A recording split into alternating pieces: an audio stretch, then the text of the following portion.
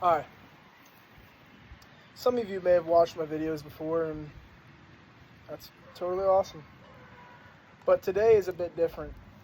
I got a little stove cooking next to me, and it's not cooking meat. I actually made myself a little homemade forge to forge my own knives. And I feel like some of you may already know where this is going. So, when we think of a forge, we think of heat, think of the metal, the hammer, the anvil, and all the other tools that are used to forge the knife, forge the axe, the sword, anything that's being forged, correct? So, in a similar way, when we suffer as Christians, we are in that forge. And that forge, I'm sitting next to it right now, this thing's hot. All right, some of the coals in there are well over 1,000 degrees. It's getting my railroad spike red hot. I still got it cooking away in there. I got to give it some air soon. But that forge, man, that thing it's hot. It's stressful.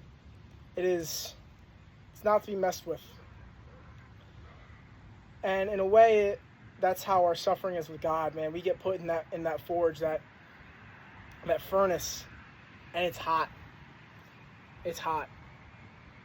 And some of us may think that this suffering will never end. This heat will never end. I'm here to tell you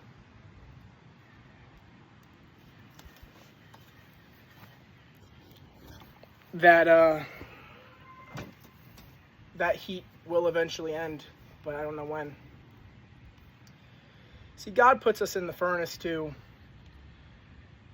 refine us, remove our impurities, get out the bad stuff. And it's hot, and boy do I know it's hot. And he's going to pull us out eventually, and we're going to think it's over. No, you're still red hot. You're out of the furnace. It's time for the anvil. And we're going to be put on that anvil. He's going to be holding us, and he's going to beat on us with that hammer. And it's going to hurt. Some of the things that happen will hurt.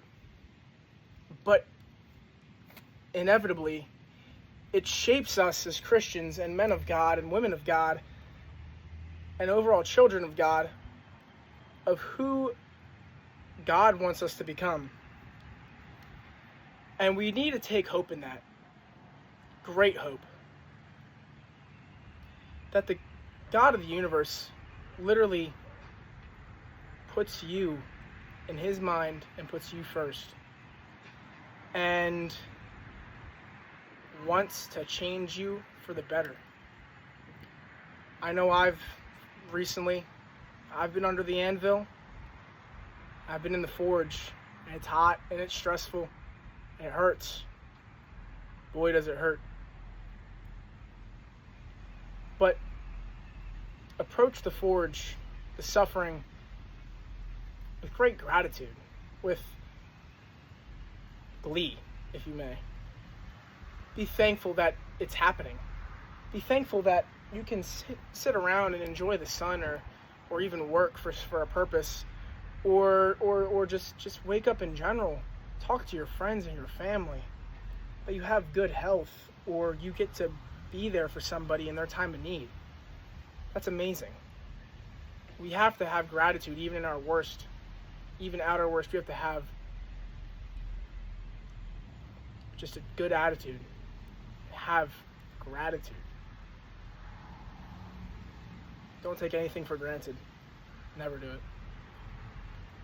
But the overarching message of this is just, in your sufferings, it's going to hurt. It's going to be hot. It's going to suck.